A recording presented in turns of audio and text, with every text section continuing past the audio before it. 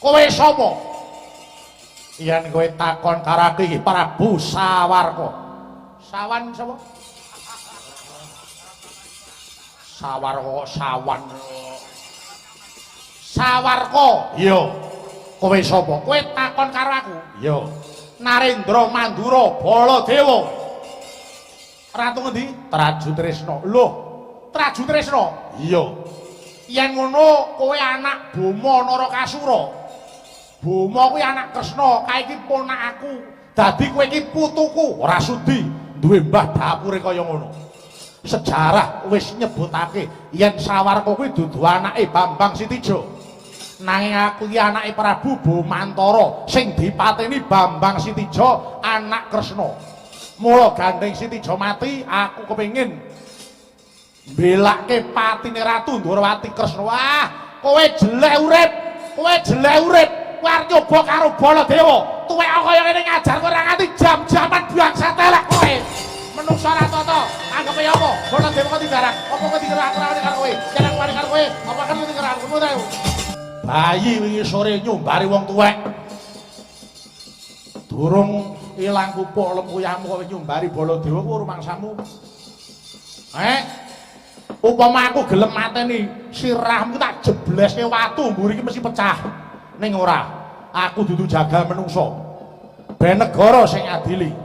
Pragoto iki lho iki anak Boma. Iki anak Boma sing ora gelem ngakoni wong tuane. Lebokno pakunjaran wae. Pragoto. Kula wonten jawuh. Wah, edan. Kok saya tuwek guyu malah kaya cempe. Pragoto nggih, wonten jawuh nuwun. Wah. Aku karo kowe saiki wis dadi wong tuwek. Nggih. Wis dadi wong tuwa. Nggih. Ngerti werdine tuwa ki ya ngertos. Tuwa niku watu-watu digawa. Pathake ndasmu kuwi kok. Ingkang kula pikajengaken watu-watu digawa niku saya abot dadi wong tuwa niku ora saya enteng ning sangsaya abot sanggane merga sak polah tingkahe niku dipirsani karo anak putune. Mula yen dadi wong tuwa mubah pola aja nganti ting blasur engko ndak anak putune padha tirun. Wah, ngono. Coba kapuk lambemu iki. Iki kok kaya anakku Antarja urip meneh. Sanes yang dudu sanes kula sanes Antarja. Kowe sapa? Kula putranipun Kanjeng Rama Antarja. Lho, kowe anake Antarja? Inggih. Sapa jenengmu? Kula kang wayah pun Danurwenda. Wah, Danurwenda? Inggih. Lho, iki anak Antarja.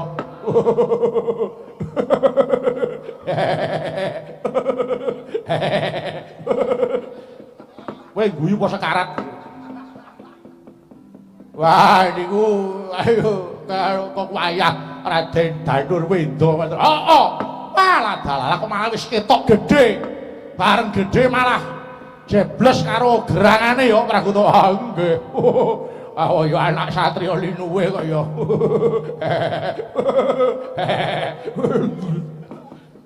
Kowe guyu pisan rak lebone tungkak cangkemmu. Nggih.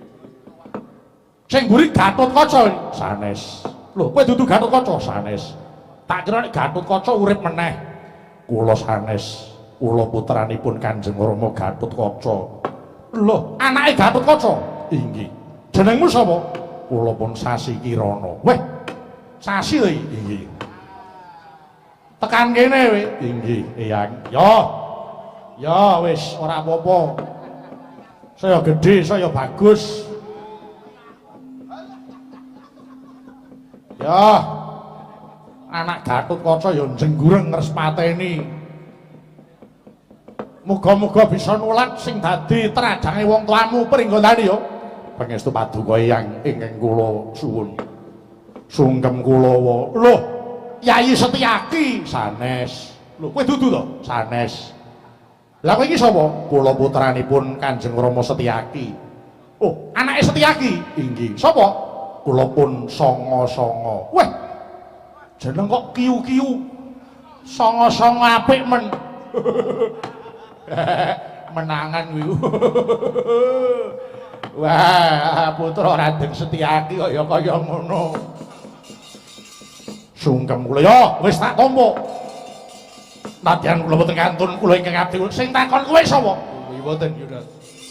Ora usah takon ora lanyu-lanyu to. Kuwi iki nyuwun ngapunten. Iki ngene. Banurwenda sasi kirana songo-songo. Punwa ora apa. Paduka iki saya sepuh kira ya kudune ora sah bengok-bengok kabeh iki ning wayahe. Wah, ya. Danurwenda sasi kirana songo-songo kowe padha tak kandhani. Dina iki pilihan ratu wis rampung ya kuwi adimu Parikesit sing wis dipilih dadi ratu ana ing Ngastina. Wah, dados niki pilihane ratu pun rampung. Wis, pilihan ratu wis rampung. Wah. Mangke delok meneh gambar-gambar sinten dalan Gusti kula Raden Parikesit tulisane mohon doa restu ngoten niku pun didadeli. Wis. Sesuk wis diklenthek iki wis rampung. Oh nggih. Sebabe apa Parikesit sing dipilih dadi ratu merga didasari saka kodrat lan wiradat. Kodrate pancen Parikesit kudu dadi ratu jalaran saka leluhure mbiyen wis nampa wahyu ratu, wahyu cakraning ngrat ya to adimu Bimanyu lan uga eyangmu Janaka kang wis nampa wahyu Makunarama. Lho nggih. Wiradate dawuh saka Kanjeng Hyang Kalimataya ya eyangmu Puntadewa ingkang ngudang bayi Parikesit karepe meneng oleh nangis banjur dikudang yen kowe meneng bakal didadekake ratu cekelake bayi Parikesit meneng ora nangis kuwi sing dadi dasare. Mula tak jaluk kowe wong loro aja meri babar pisan mboten. Mboten anggadhahi raos milik. Kula badhe nyengkuyung menapa ingkang dados pikajengipun kadang kula Yai Parikesit semanten ugi kula. Kula nderek nyengkuyung murih majengipun negari Ngastina. Ya. Iki sabubaring perang Bratayuda kowe ya kudu ngati-ati merga iki isih ana trubusane mungsuh sing isih ketok sing durung mertobat. Mesti wae dheweke bakal golek daya upaya piye bisa balekake kajayan Praja Ngastina bali ana ing turun Kurawa. Inggih Hyang ning nadyan mengkono aja padha lena ing reh kaprayitnanmu kabeh. Prabu to? Nggih wonten dawuh. Nadyan wis tuwek, kowe isih kudu duweni greget momong marang putu-putumu iki. Wah nggih. Kula tetep badhe momong dhateng putu-putu kula menika. Prabawa. Kula wonten mangke ingkang dawuh. Kowe ya saya tuwa kowe. Nggih. Kudu saya betah melek sedika.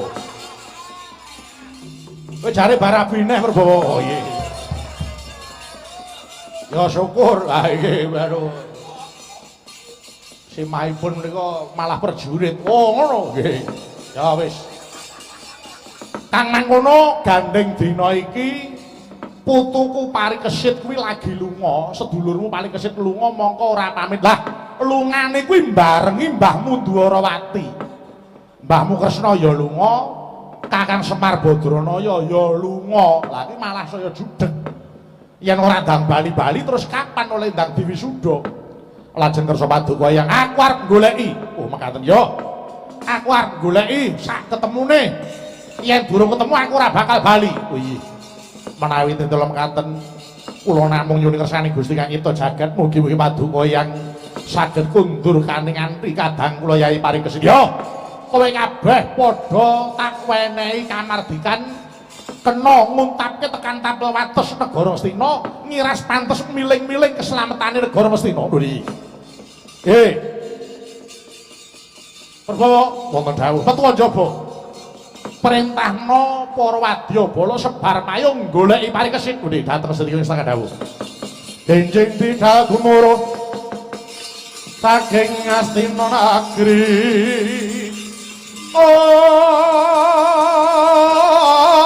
Kung ingkang bala Kuswa Prabusananira Lira Surya Wedalira saka ing Jalanidi arsa madangi jagat mungut maning sapucak ing wukir merbabak bansumirat Rasarating surya nampek mega lan gunung-gunung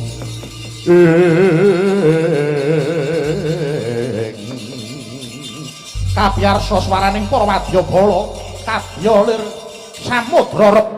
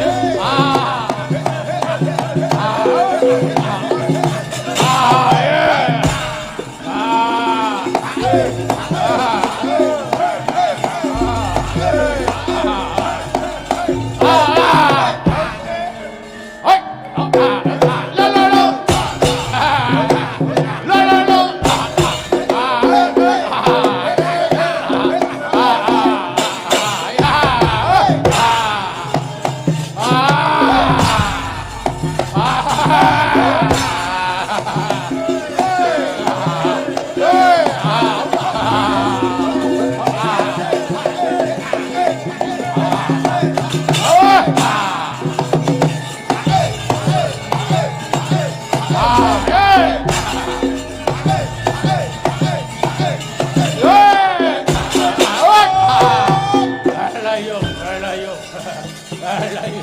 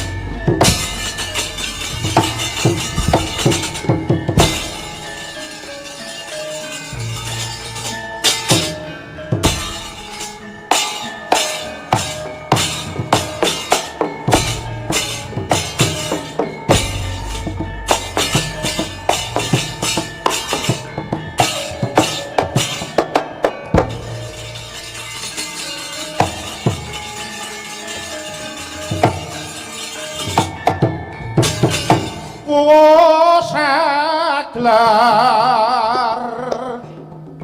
Pramadya sumewa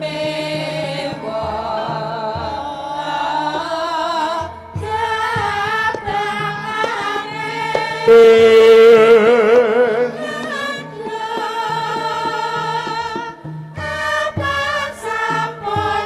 leng-leng rarasing pamiyat renggang kuratulya sri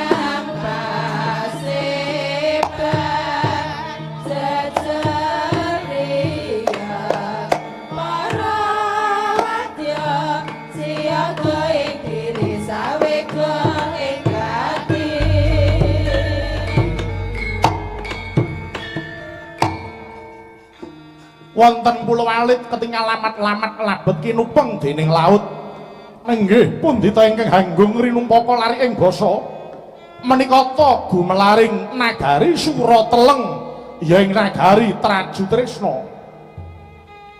bumi cengkar pasiten grasak indenging praja ingkang kathah mung padasuri parang miring sela karang guwa sirung jurang cerung tur kinepung sela gumlundung arang kading wonten toya isi toya mandheg dasar butek nambek amung kantun ndek-ndek awarni jememblek-memblek ewadene bawaning ngriku awis toya awis jawah mila nadyan buket tur pliket inggih toya kala wau ingkang parimaksa dadya srana gesange kawula ing nagari Trajutresna tanem tuwuh tan saged subur labet tawur ing bawa benter Oyot-oyot tansah nyabar karana kebenturing watu kapur gegodhongan dadi gugur sekar-sekar gagar wigar woh-wohan wurung binabar temane para kawula akeh kang kasangsaya gesangira papariman Ngulandara angon wahyaning mangsa kala ana saperangan kawula ingkang luru boga kanthi Anjala Mina ewadene asring kasuran dening ngursaning prahara amung wonten gumuk alit kinupeng kekayon labet sinaket ing umbul wening inggih ngriku dununging kedaton Surateleng Puraya jembara dapur jamur kang nedeng megar pinayu sirap sisi ing Mina segara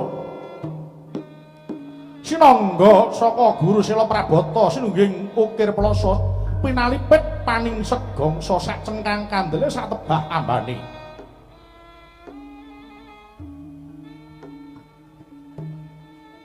talundhage tinatah tinaturengga rerenggane ginaris pinggir ginambaran ndas Banaspati mujari enjinge ingkang ketingal ngaglah lenggahing dampar kencana alah menika ta Narendra jejuluk Prabu Sawarka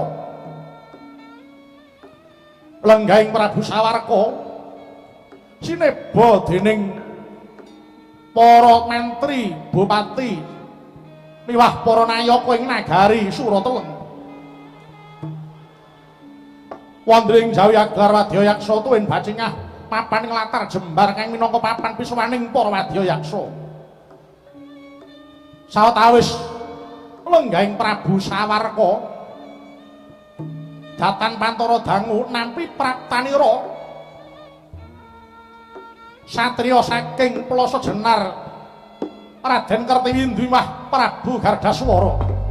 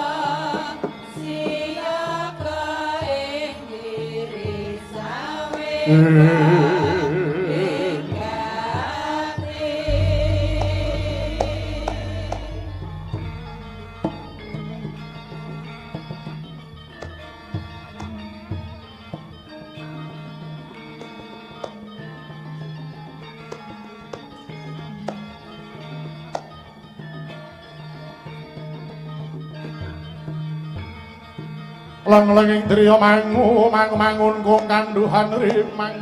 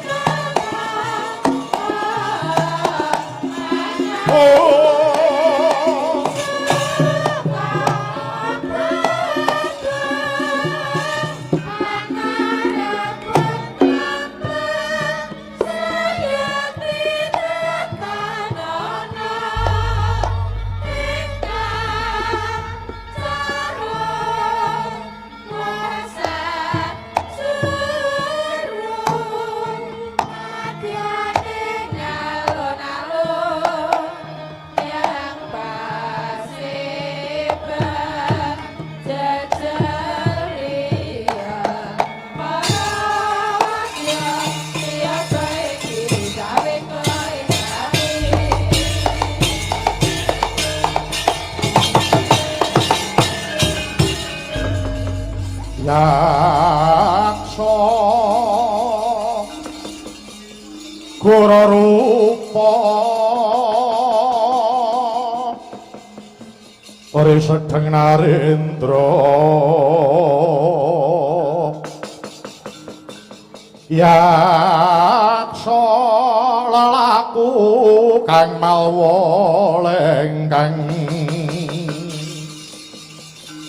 gambira marang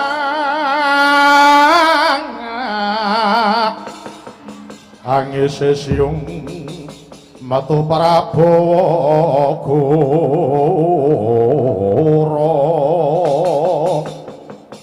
mawalian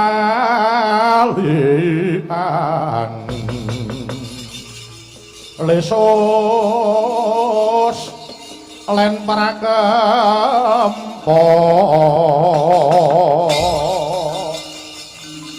tetya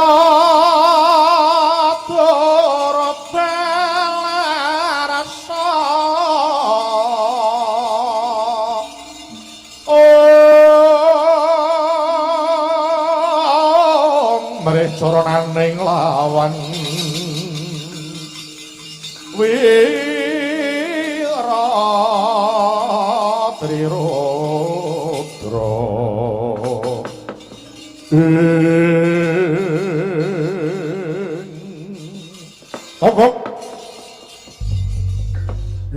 wonten dawuh sinuwun nimbali ngabdi kula pun Harintagok Teja Mantri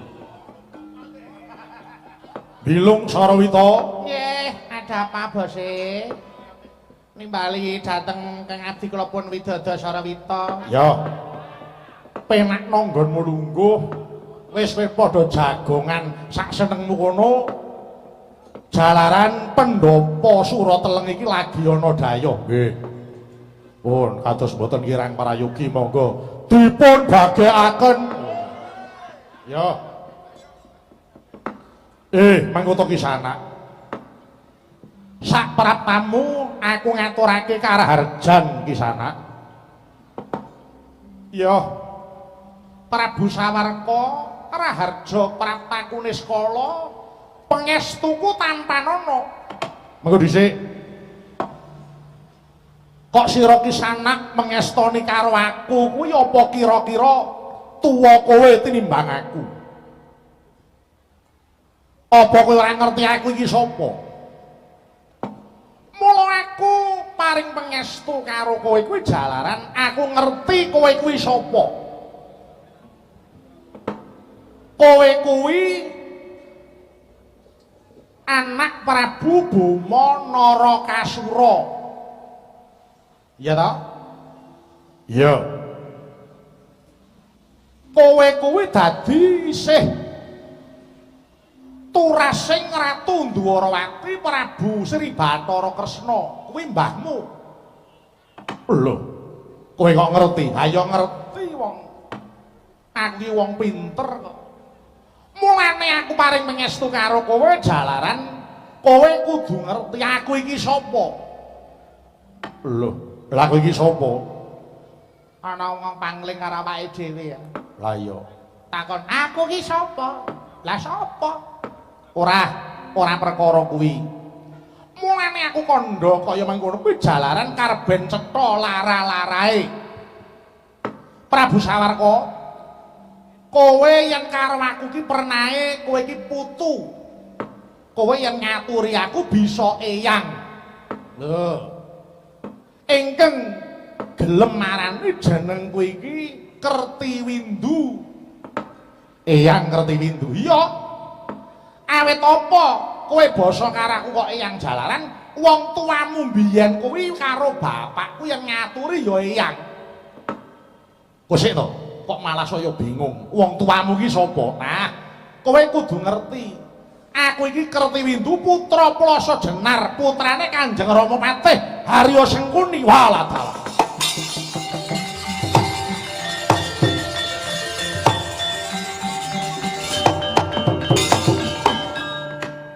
Waduh, Eyang Kertiwindu kula nyuwun pangapunten. Mboten ngertosa menawi paduka menika putra sawarga Kanjeng Hyang Patih Harya Sengkuni. Ya. Mula aku ora kualat mengestoni karo kowe mergo awune isih tuwa aku. Ya to dasare ya pancen wis mengkono lara-larae. Oh inggih. Wah. Anak Sengkuni lho. Nah, iki Deh. Eloke kaya ngono ya anak Sengkuni. Bapakne wandane kaya silit ngono anake kaya baguse ra jamak. Ah, ne ya ora aneh. Apa kowe ora ngerti, Raden Harya Suman iki biyen ya bagus. Oh iya ya. Ah iya. Raden Harya Suman iki bagus. Ning gandeng tekone ora bejaji tumindake elek, terus dadi rupane kaya ngono kae. Aja seru-seru tapuk lambemu kowe kuwi anake nang kene. Ora. Ha iki mun nyejarahke ben kowe ora bingung. Lho, sebabe apa ta rupane Sengkuni kok dadi elek? Alah, ngono kok dadak takon. Apa kowe ora kelingan nalika jaman lakon Gandamana Luwung? Luweng? Heeh. Lakon Gandamana Luweng. Ayo, kuwi mbiyen rak ya saka trikae Sengkuni kuwi. Oh, ngono. Heeh. Sengkuni ki rak arep kepengin dadi patih ning Ngastina. Iya, ning ora iso mergo isih ana patih Gandamana. Ya Gandamini. Mini iki cilik iki gedhe. Oh ya. Gandamana. Lah terus dheweke gawe cara piye bisane Gandamana ki lunga ora dadi patih, sing dadi patih yen dheweke. Terus? Lah ya terus ngedu kumba. Ngono. Ngedu kumba antarane Pringgondani karo Ngastina. Ngono. Iya ya. Lah iya. Bareng wis ngono, dadi patih Gandamana diluweng. Kelingan to? Kelingan. Patih Gandamana diluweng, terus Sengkuni Suman kuwi bali nyang Ngastina laporan nek Gandamana mati, ngono. Heeh. Lah, isih urung lega meneh, gandeng ngerti Gandamana mati, Prabu Pandhu gelo Ngastina ora eneng patihe, terus Suman dadekke patih. Iya ya. Lah iya. Bareng Suman dadekke patih, dheweke isih durung lega. Nyanggone Gandamana arep gendhak bojone Gandamana. Iya ya. Ah iya. Lah bareng gendhak bojone Gandamana moh dirudapaksa karo Suman terus bunuh diri. Dadi lan patine Suman mlayu, Raden Gandamana wal saka luwengan mulih. Bar kuwi terus ngerti bojone mati dilapori karo abdine Kinasih. Iki mau enek tamu jenenge Suman arep gonjak karo garwane. Gandamana nesu. Oh iya ya. Lah iya. Gandamana nesu, Suman dioyak, diajar, ditempiling, raine diawut-awut, terus elek kuwi. Oh iya ya, ngapune nek ngono. Ora. Yo sene wong ngomong nglegani tok. Ah terus iki mulane biyen iki Suman bagus. Kowe do omong apa? Mboten namang napa-napa niki mung do ngemil kok. Ya wis. Sawarga. Inggih Kanjeng Hyang. Ya. Kowe wis gamblang to aku iki sapa? Sampun. Bekti kula katur ya. Wis tak tampa. Lah, nyun pangapunten paduka rawuh menika. Wingking menika sinten? Lah, Ngene. Kowe ngaturi karo piyai iki bisa tembunge paman. lho, lah kok ngaten? Paman Gardaswara merga iki putra Prabu Gardapati kuwi ya klebu putra Prabu Drestarata ya klebu Kurawa. Oh, makaten ya. Sungkem kula paman. Ya. Wis tak tampa, Ger. Mangke rumiyin. Paduka kok kraya rawuh wonten Surateleng menika wonten menapa? Mulane aku temeka papan kene iki jalaran aku kepengin njejeke sing bengkong, dandani sing rusak, benerke sing luput tumrap sejarah Praja Ngastina. Makaten iya, kowe ngerti dhewe to. Ngastina kuwi mbiyen ingkang dadi ratu Prabu Duryudana patihe wong tuaku. Ning gandeng kejeme para Pandhawa perang Bratayuda, para Kurawa tumpes tapis linonting tanpa sisa, tumpes ludes keles sing tanpa ana sisane babar pisan. Inggih. Pandhawa bisa clingkrikan lungguh ana Ngastina kae mung jalaran saka kawengisane sing jeneng Ratu Dwarawati Prabu Sri Bathara Kresna. Menika eyang kula. Prabu Kresna kuwi dudu mbahmu sing tak tenane. Lho, kok ngaten? Iya.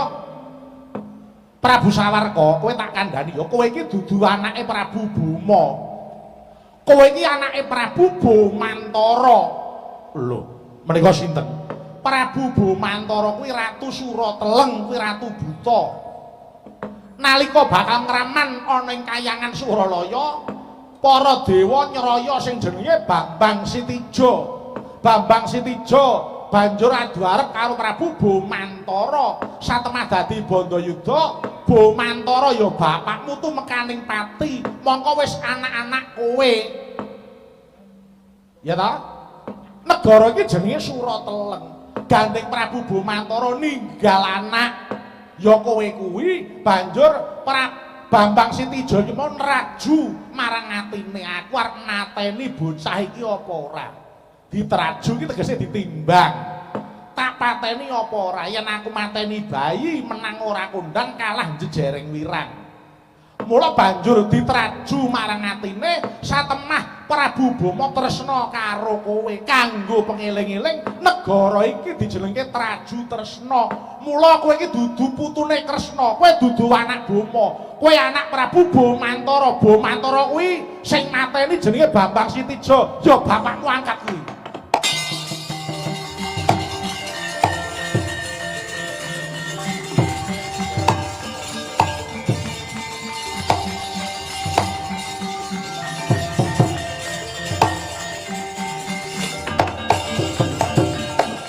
Waduh yang rumaos padhang terawangan nyawang dateng badan kula menika.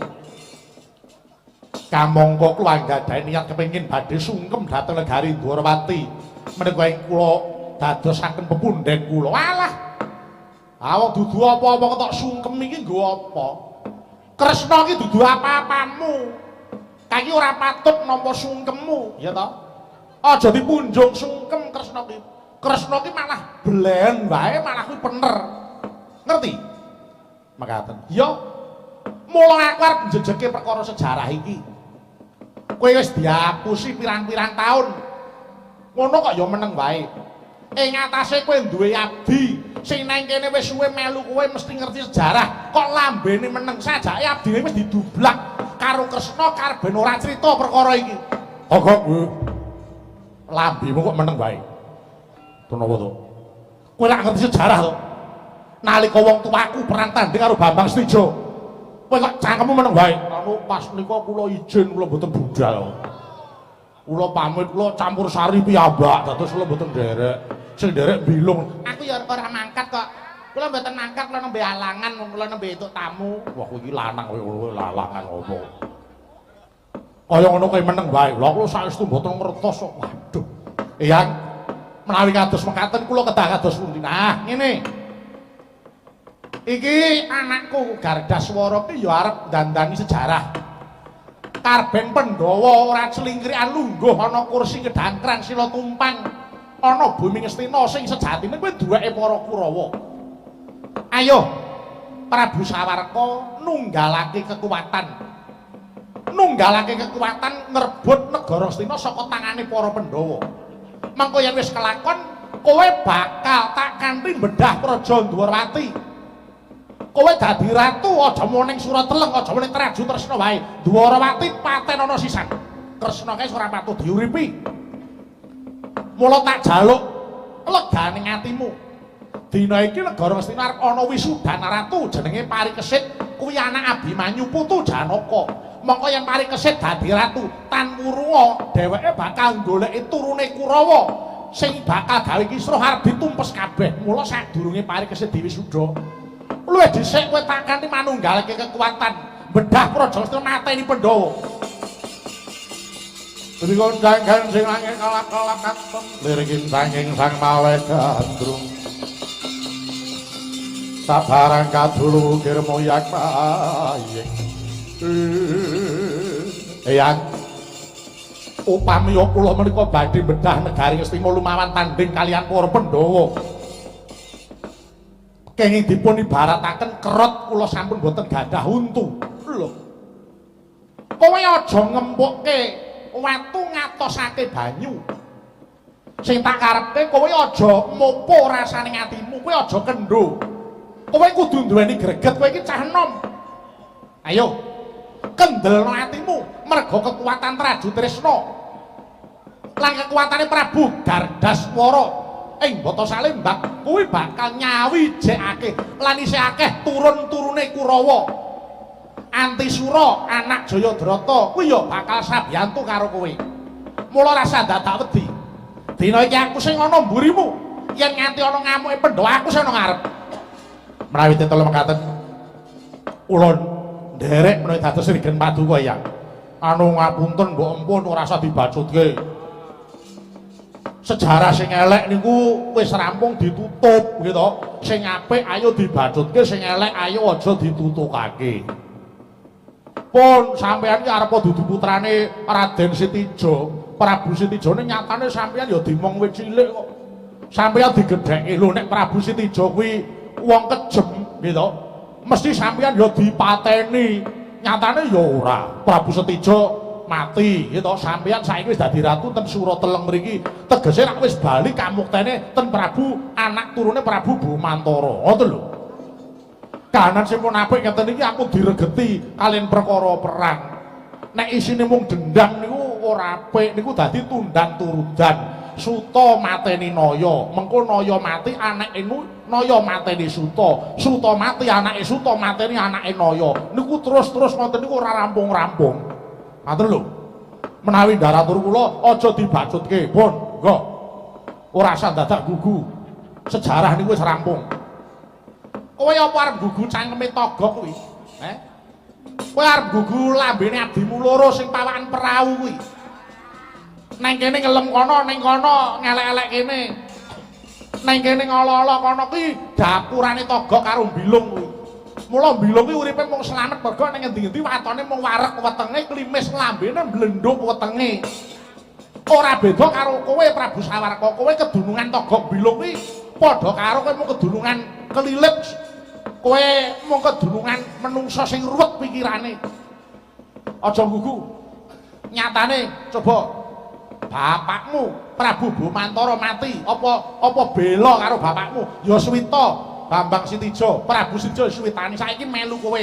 Kuwi mbiyen wis tau melu Ngalengka, kuwi mbiyen tau melu Banjar Junut. Kuwi mek ngendi-endi dieloni, seragame akeh. Alah kula prileng kok. Kula nu ngendi sing ngejak pokoke kula mangkat kok. Kula niku prileng kok ya lho. Mbah. rombongan loro ora kompak kok. Ugi rong loro sida. Pun saniku rasa gagas perkara niku. Pun ora usah dirungokke. Namung tetep raosing manah kula dereng lega menawi kula dereng saged magas jangganipun Ratu Ndorowati. Yo, kuwi sing tak arep ayo. Kering lampit burungkan kipul gajah gelar singa barong. Mangko yen ana ngampe pendhawaku sing ana mburimu budal dina iki. Monggo kula dirake.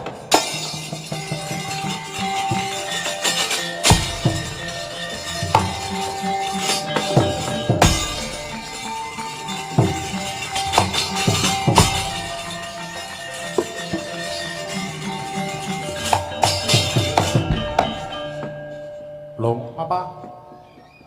Anak Sengguni cangkeme ya elek bae. Kacang iki mangsa ninggalo cangkeme sing mangan. Lanjaran. Ora disuruh kelanjaran bisa dipangan. Anak Sengguni lambene kok ya elek meneh. Jenenge we Sengkuni saka linggane tembung sangka uni, ngono. Sengkuni kan nek ngomongnya wah sajae empuke ngungkuli tahu. Aluse ngungkuli bludru, ya ta? Penake ngungkuli geya lho, sik kok ngono. Omongane karo suarane kuwi lho. Lah iya. Suarane. Heeh. Ah suarane Sengkuni kuwi biyen wah elok tenan. Iki anake kok ya turun. Wah jan, anak Sengkuni raine kok gemecek. Bagus kok ra wibawa ya. Ha mergo uteke elek kok ya. Ayo ditutke bose, aja nganti kenceng TKT. Kuwi engko nek nganti ning apa-apa sing delok kowe karo aku. Ayo, Den, ampun ditutuke. Ora bejaji ngoten niku.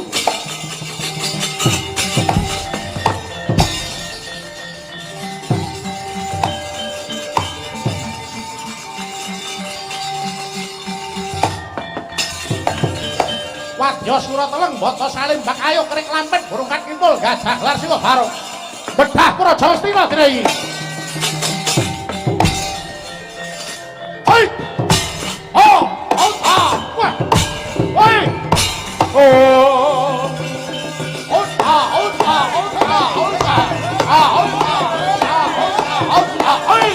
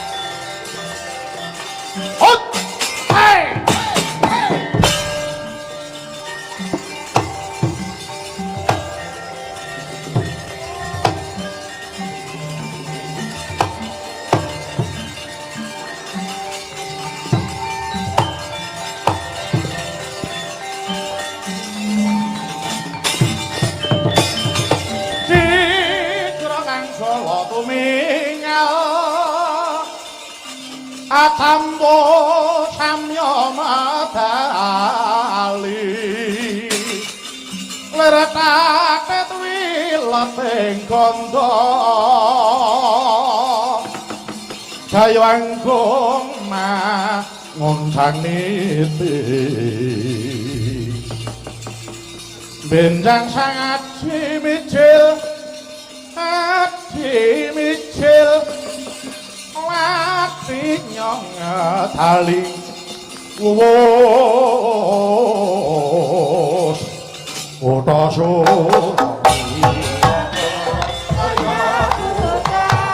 hey hey hey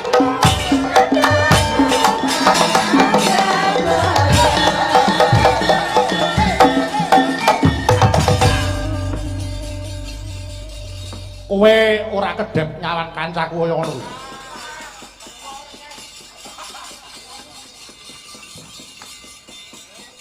Mara kowe ngaku kowe kok nyegat lakuku kowe iki sapa? Balik takon kowe sapa? Wah, edan, dalan rupak lumu kedisikan. Wadya saking Bata Salembak. Kekesete Gustiku Prabu Gardaswara. Pangkatku Temenggung, aranku Temenggung. Kumandang Garba. Yo. Kowe sapa? Putra Lesanpura Raden Sanga-sanga ya Sang Asanga. Wah, Sanga-sanga. Iya. Kowe biyen ora ngalih pudi siang. Ayo. Kowe semingkira kowe arep menyang endi? Aku goleki Pandhawa. Apa perkarane kowe goleki Pandhawa? Rasah kowe kudu ngerti perkarane. Pandhawa kon maju rene kok nyembah dalaman sikilku tak tugele gulune. Ora sah langap lawatun ngucap. Kowe kena nyumbari Pandhawaton bisa nglangkai bangkine Sanga-sanga. Lho, kowe apane? Ora sanak ora kadang mati melu kelangan. Wah, edyan isih cendenge. Janji ora minggat lena pangendamu. Kelakon tebuak jadam meleset kamu aja tak ayo mara maju tinjung kirat kamu. Ayo cobanan.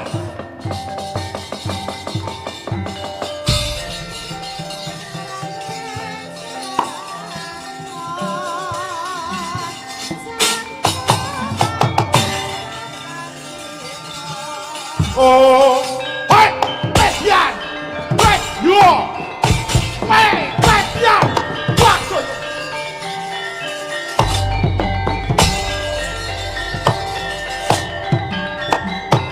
Hei, hati-hati.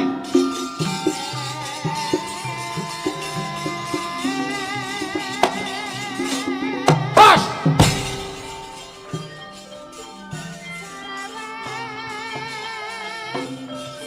Ayo, wah.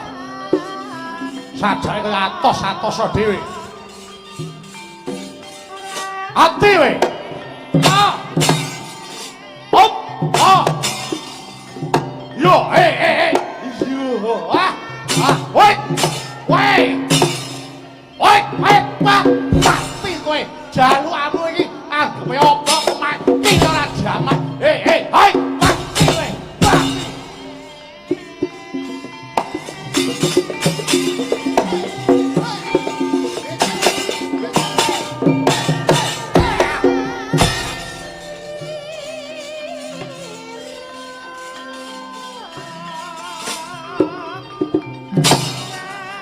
As. Mati aku. Waduh. Aduh, Yung. Aduh, Yung. Hoi. Woi, biar mati tenan aku. Aduh. Yo, biar. Hoi. Yo, woi. Wik. Hei, hoi. Mati ya. Biar. Wah.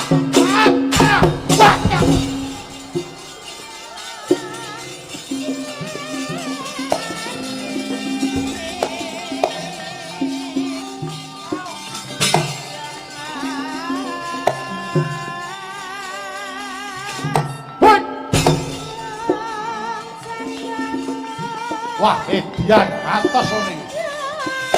Oh.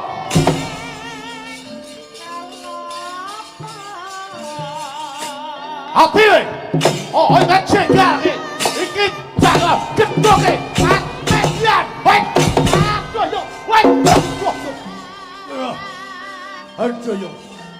Alah, Yung. Alah, yuk. Aduh. Oh, yo, oi, yo, oi, tak, wah, yan, yo, pasti aku, langsung yo, iya, hup,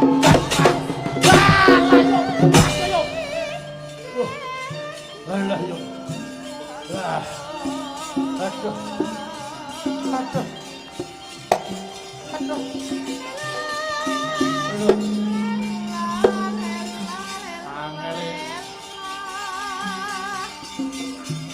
Ati we. Has.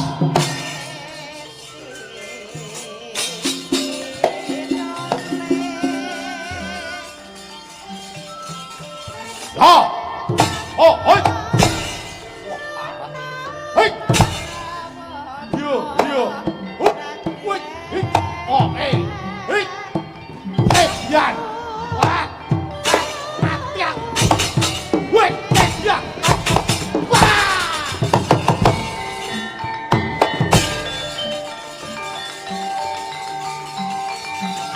Nur.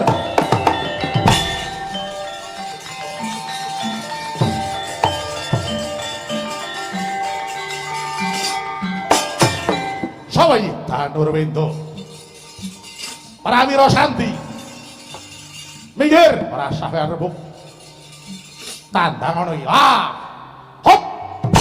Hei. Hei. Hei. Hop. Hei. Bah. Ya. Hei. Yo. Petian. Wek. Yo. Petian. Mati aku petian. Yo. At.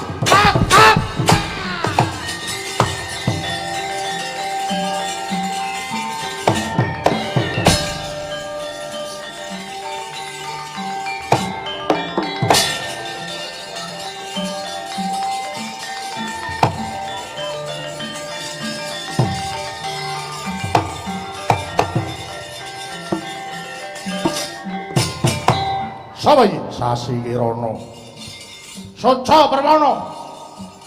Ndi Pandhawa? Rasah golek sing ora ana. Jebol dadamu jebanen. Hop! Baik yo. Atose wong iki. Nganti mental. Hop! Wah! Opo iki? Ya! Ya! Wah! Wah! Yan! Ayo. Ayo. Ayo. Wek! Hei! Wah! Wek! Yan! Wah! Oh! Hei! Oh! Oh! Oh! Yo! Oh! Oh! Wah! Oh! Yo! Hei! Oh! Oh! Wah!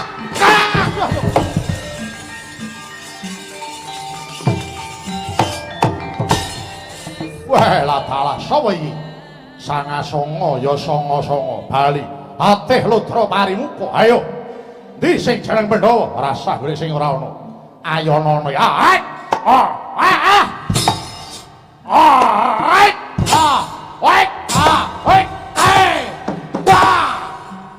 Ayo. Ndi tunggale.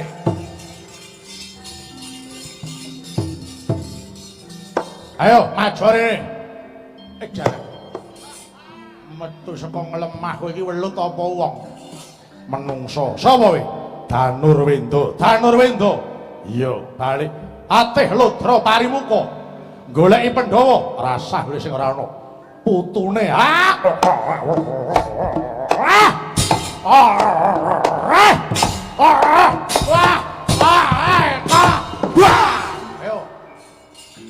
ndi tunggale lho. Sapa iki? Sasi Kirana balik. Atih Ludra Parimuka. Aku goleki Pandhawa. Ora salah.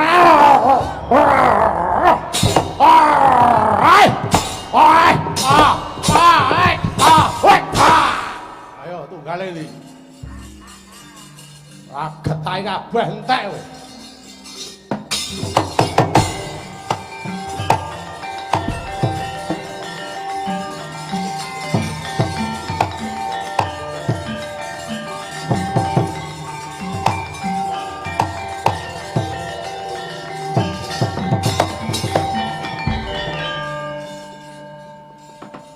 Kowe iki do ngopo kok ting cengingis?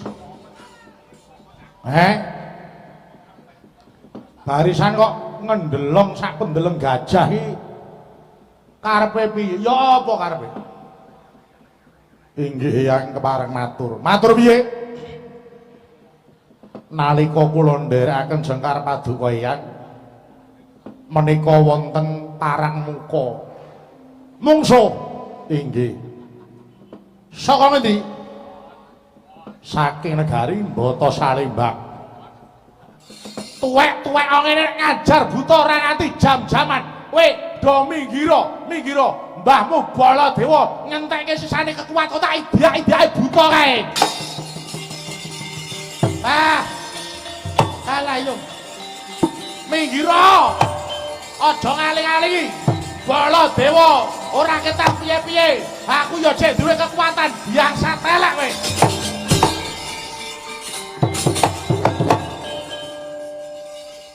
sampeyan yo lho. Wong tuwa kok dipanas-panasi. Pun kersane biyen sepelane ngoten niku. Kengeyang Mandura sing ora manas-manasi kula ora bakal kok maju ngoten niku. Napa diaturi Kengeyang Mandura niku jaman nom-nomane Raden Kakrasana, Prabu Baladewa gitu. Niku kondang bantengi tanah Jawa. Makatene ya nggih, wah niku nandangi buta ora nganti jam-jaman. Wah, kula kok pengen ngertos lah didelokke kadohan mawon gitu. Nggihane ya kuwi nggawa oksigen. Oh nggih. Kok nek mbahmu ketekan napas dadi kei bantuan. Sedika istaken, banyu putih kudu disiapke. Sedika apese niku banyu putih ya to. Bakso sak mangkok niku disiapke. Mangke sing dar nek mboten mriku nggih kula. Wah, sampeyan niku. Monggo didelok mawon Kengeyang Mandura trajange pripun.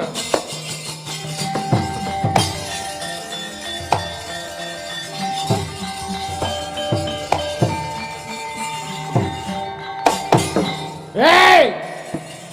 Semilak. Aja ngaling-alinge pandulune Baladewa. Arep tuwek kaya ngene nek nyuwek cangkem buta kaya ngono kae. Aku isih kuat. Ayo. Aja tok sawang gambare. Aja percaya tembung jarene. Sing penting bukti lan nyatane. Baladewa, ayo nono. Hei, buta elek, maju arene yang jat kowe.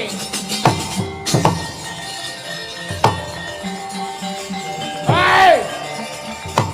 Maju arene, yang jat. Yo. Iki butane kowe. Hei. Kowe buta. Sampeyan sinten, Mbah? Mbah blasmu kuwi. Aku kapan entuk mbahmu wedok kowe nyelak aku, Mbah? Hei. Wong tuwek kok galake ora jamak. Ayo. Ngaku kowe sapa? Hei. Kowe takon karo aku Patih Ludra Parimuka. Sapa? Patih Ludra Parimuka. Sapa? Wong budhek maju. Ludra Parimuka. Iya, lah kuwi. Ludra Parimuka jenengmu? Iya. Ah.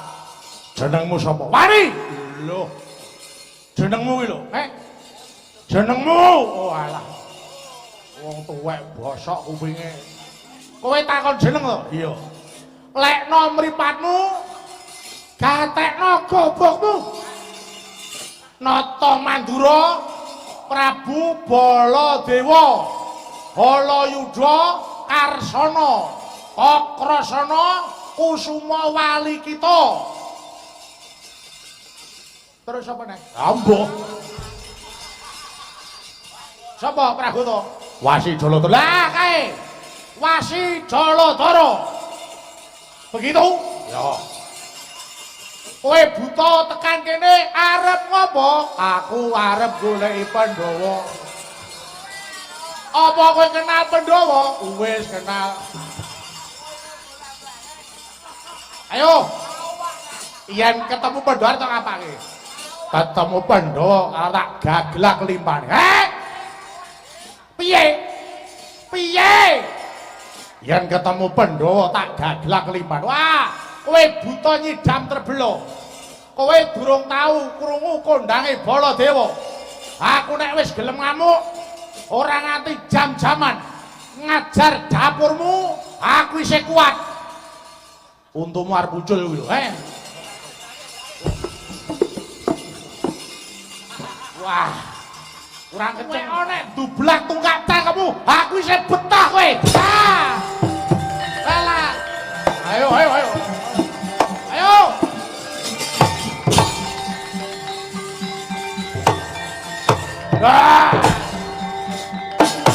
Anggap ya, tangi.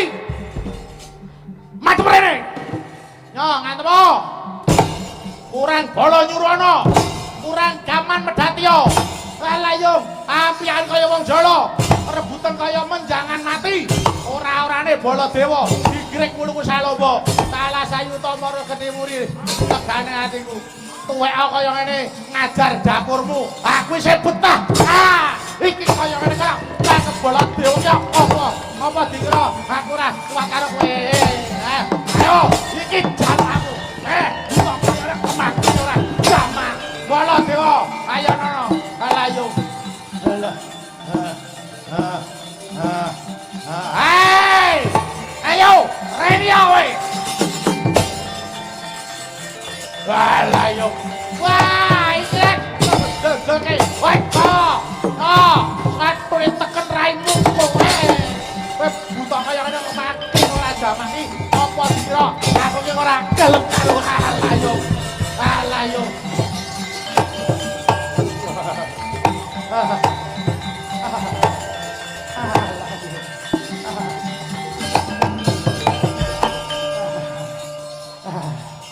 Ombe.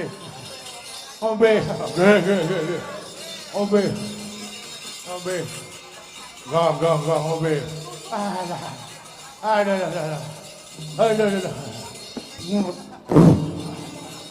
Apa iki? Aku tak ombene kaya ngene iki. Padake sing ngegong. Aku padake dombeni sing disumet iso murup iki kok. Alah yo. Aduh. Wah, paduka niku elok. Elok raimu sepal kuwi. Kowe iki mung kari bongok-bongok lae kene iki sing nglakoni. Aduh. Aku maju mau danur itu sasirana roh ora. Ngertos. Lah ngerti carane piye ben mudeng. Bala dewa arep wis tuwek kaya ngene.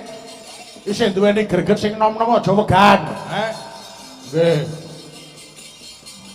Aku ki wis putu bala dewa ki samba wis anak-anak dwara ki wis putu to. Lah nggih. Buta kamu tak ajar. Nggih. Ora ajur ning mlicet ya mesti perih. Oh nggih. Nek biyen remuk tenane kuwi mung perih. Wah nggih. Aning piye meneh sapa sareng nandang nek ora aku ngene iki. Wis dinteni wae yen ora trimo kon maju rene. Sapa tunggale iki? Bala dewa kok dirajari tandang kaya ngene. Apa dikira aku iki wedi kok? Ayo. Woi,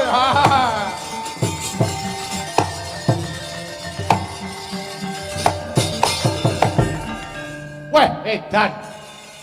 Iki ana ratu magot ana ing Rananggana. Kowe sapa? Yen kowe takon karo aku iki Prabu Sawarka. Sawan sapa?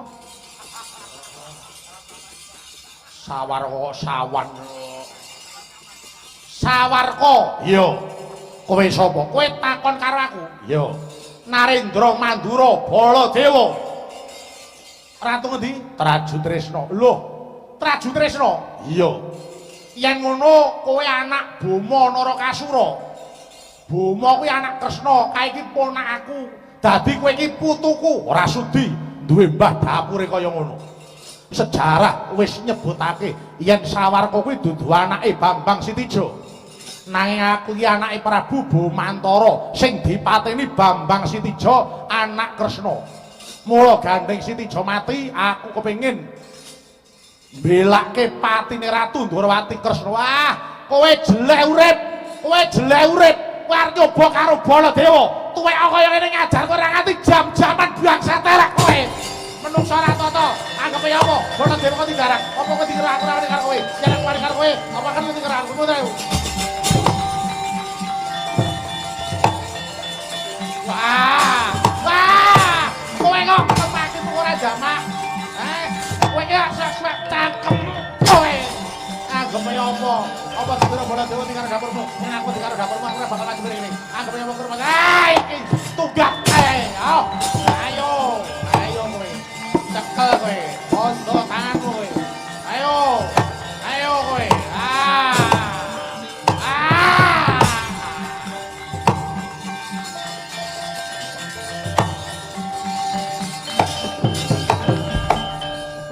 Bayi wingi sore nyombari wong tuwek. Durung ilang pupuk lempuyahmu kowe nyombari Baladewa ku rumangsamu. Upama aku gelem mateni sirahmu tak jebleske watu mburi iki mesti pecah. Ning ora, aku dudu jagal menungso. Ben negara sing adili. Pragoto gelo iki anak Boma. Iki anak Boma sing ora gelem ngakoni wong tuane. Lebokno pakunjaran wae. Wah.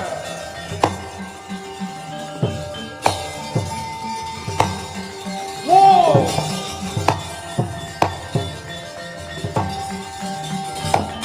Kapok. Lah yo. Perang gempuran kaya ngene kok. Anak Sengkuni mau ning ndi? Ayo minggat no. Lara ketok dapure. Kae iki mung nantang ketok. Ku nek kancane maju minggat dheke. Karo Sengkuni kok padha, mesti padha wong getihe ya, getih iblis mesti anak-anak ya luwih iblis no. Lah ya kaya ngono kok ya digugu ya. Aku gumun kaya ngono jek kaya wong seneng lho gumun aku. Kerti windu ya ora jan muga-muga ndang mudare ya wong kuwi. Lah ya. Kok nek kuwi urip terus jagat ora tentrem-tentrem. Wis yo awake dhewe mulih wae. Jaga ning Trajutrisna ora-orane yen Prabu Sawarka ku dipidana. Muga-muga eling malah dadi wong becik yo bali wae. Ayo.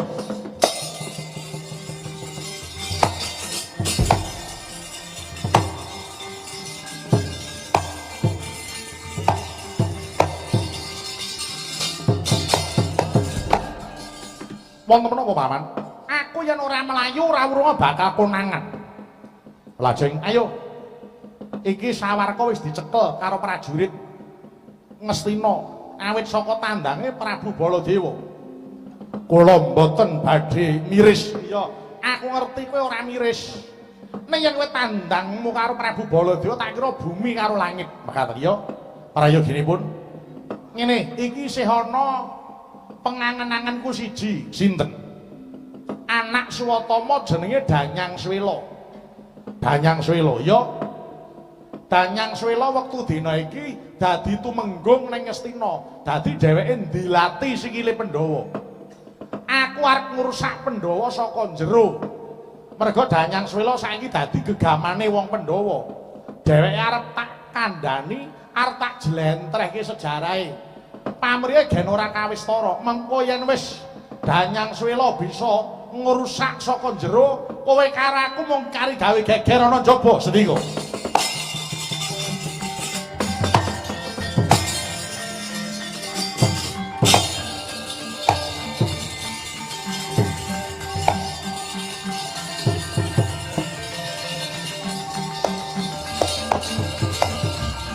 Pragoto? Nggih.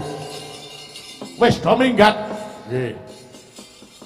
Nanging rasaku ora kepenak. Liripun kowe aja mulih ya. Kowe keriya kene. Nggih. Aku tak mbacutke laku goleki putuku Parikesit. Adhiku Kresna karo Kakang Semar Badranaya sing do lunga ora pamiti. Sendika ngestake dawuh, "Bab goreh tentreming Praja Ngastina kowe melu ngawat-awati." Songo-songo Danurwenda sasi kirana sebar payung kon mubeng sak kiwa tengene negara. Yen nganti ana rame-rame sing mahanani gegering swasana kudu dilebokke pakunjaran. Sendika.